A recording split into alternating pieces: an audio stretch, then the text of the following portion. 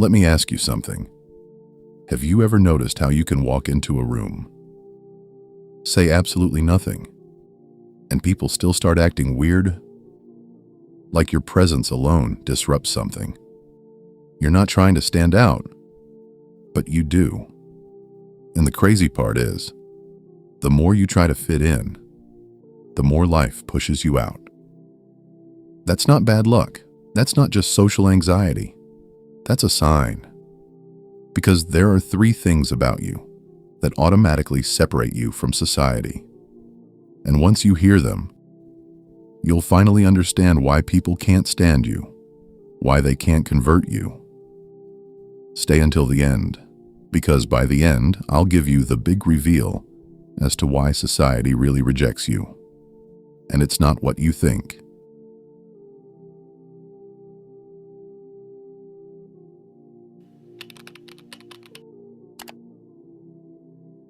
The first thing that sets you apart from society is simple. You don't run on the same operating system as everyone else. Society is designed like a machine. It works because most people naturally conform. They believe everything that TV screens tell them to believe. They chase social approval. They repeat opinions they didn't research. They adopt personalities they didn't authentically build. Most people are not living, they are performing. They are running a pre-installed software, and that's why they can be controlled so easily. Because control doesn't require chains anymore. Those days are long past us now. It requires distractions. It requires fear. It requires the illusion of belonging. But you never downloaded the program.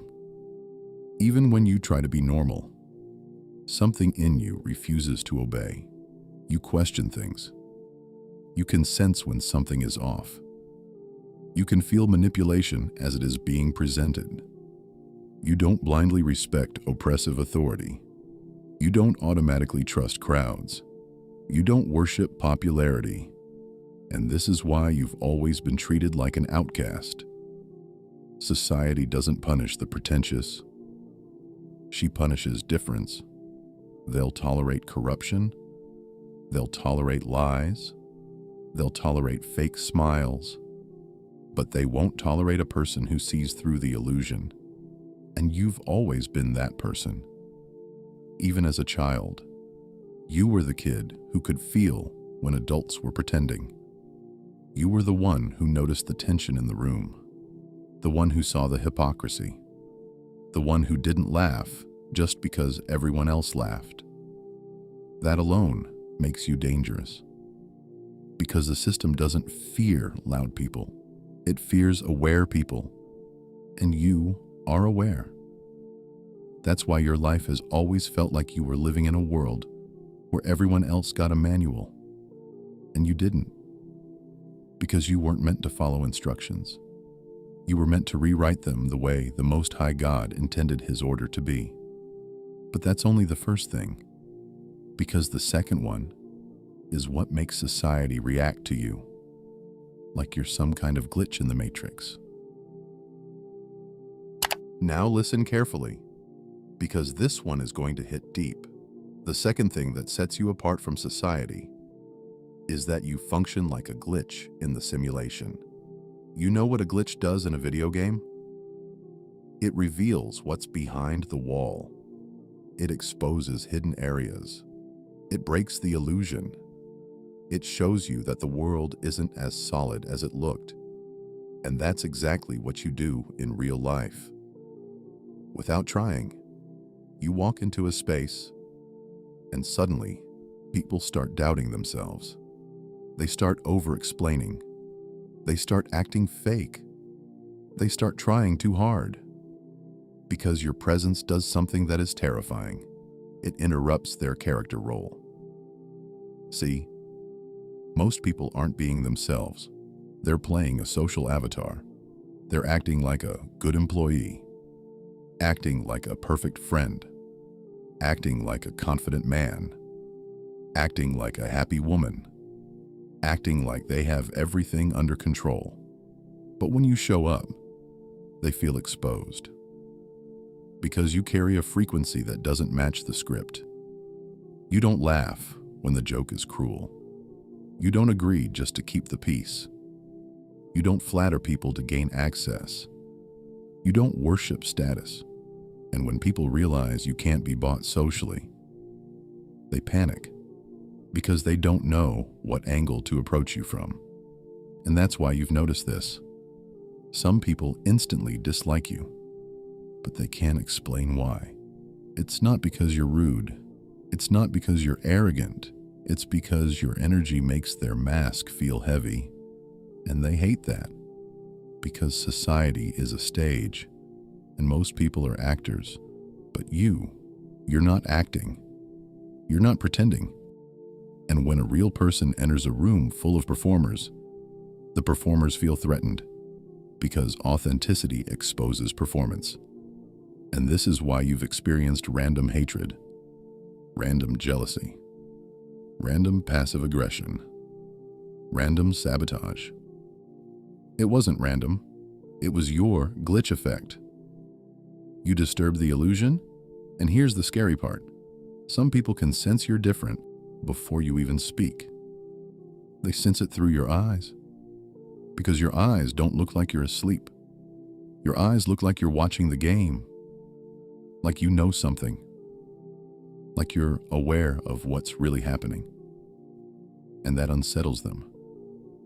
Because deep down, people don't fear violence the most. They fear being seen and chosen ones, or better yet, the children of the Most High see everything. You might not even call it spiritual. You might call it intuition. But intuition is just spiritual intelligence. It's your inner radar, your inner system that detects truth from falsehood. And you have it.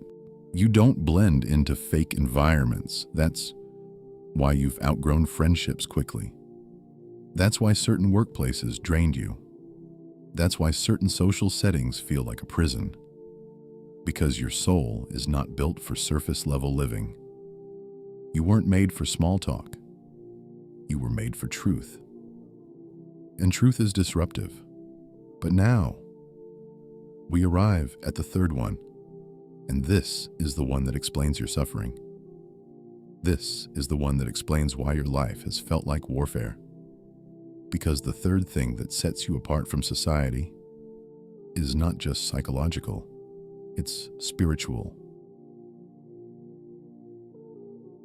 The third thing that sets you apart from society is that your life is not designed for comfort. Your life is designed for initiation.